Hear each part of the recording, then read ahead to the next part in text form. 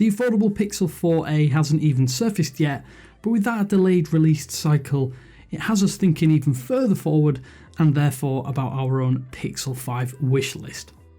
Thanks for watching 9 to 5 Google on YouTube. Remember to thumbs up, hit subscribe and enable notifications with the bell icon to be among the first to watch our upcoming videos. So we already know that the late 2020 made by Google phone isn't likely to come with what we'd consider flagship specifications and internals. Instead, it looks like Google is going to adopt a more software and experience-driven device that will undoubtedly leverage clean, unobtrusive software to leave an indelible mark in other ways.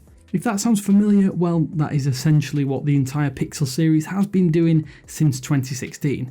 We're still a little way from proper competition to the Samsung Galaxy series, but it is slowly chipping away and it will hopefully pay long-term dividends for Google. If pricing can of course remain competitive, then we see no reason why the Google Pixel 5 can't be an immensely popular smartphone in the latter half of 2020. You've already told us how you feel. Over 50% of people we recently surveyed are more than happy to pick up a more mid-range Pixel 5. With a lower potential entry cost, Google can probably jam-pack in the extras that will hopefully fulfill our Pixel 5 wishlist.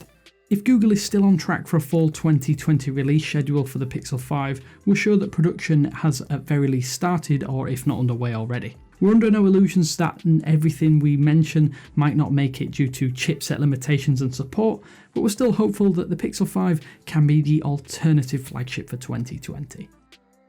The 3700 mAh battery in the Pixel 4 XL was passable at best. Some of you out there have had a great experience, no doubt, but personally I haven't had much of a great experience. It's been pretty mixed and I simply can't get through a busy day relying on one solitary charge. For that reason, a bigger battery is right at the very top of our own Pixel 5 wishlist. If we see a high refresh rate display too, it needs to be above that 4000 mAh mark at the very least. More and more flagships are even edging towards that 5000 mAh mark, which is very impressive. Something around the 4500 mAh mark would be a huge improvement and cover probably almost everyone out there. Plus, it can't hurt too much to increase the battery if you already have good battery life on the Pixel 4 and before. I'm personally in the I don't really care about wide-angle lens camp, but I understand that many of you out there like having the option on the latest and greatest smartphones, and it's kind of something we expect at this point. Lots of sub $500 smartphones are now steadily adding extra focal lengths, which is to be lauded. With that in mind, we think Google should definitely be slapping an ultra-wide lens into the Pixel 5, which is why it's near the top of our wish list.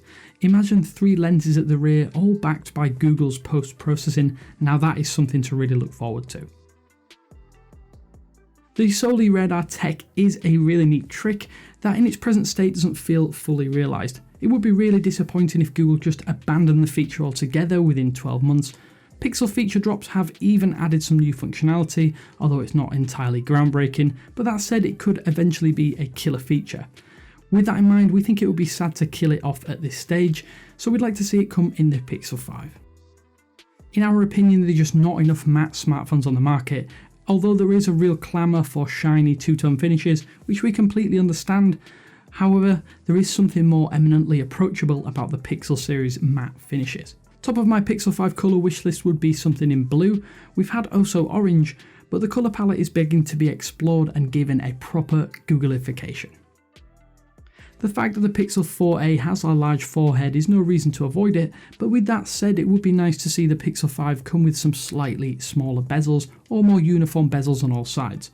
If the face scanning tech does need that extra room, it is more forgivable, but it would still be nice to get a little extra screen real estate back on the upcoming made by Google phone.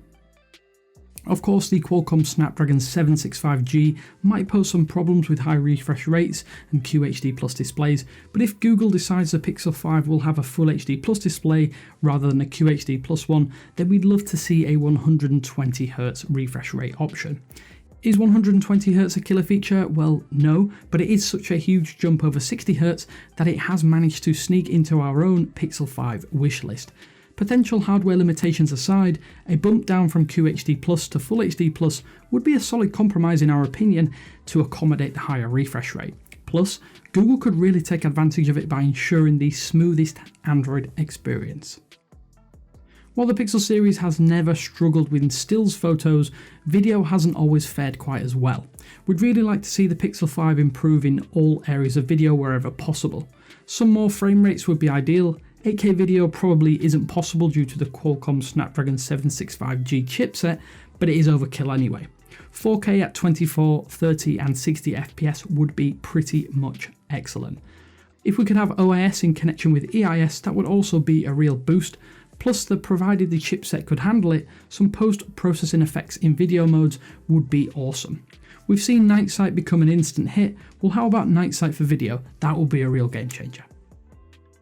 So that is our own Pixel 5 wish list. We'd love to know what yours are. What are you excited for, or what would you like to see on the upcoming Made by Google phone? If you have any other ideas of your own, then be sure to let us know down in the comment section below. But until next time, this is Damien with 9to5 Google saying thanks for watching, and I will speak to you later.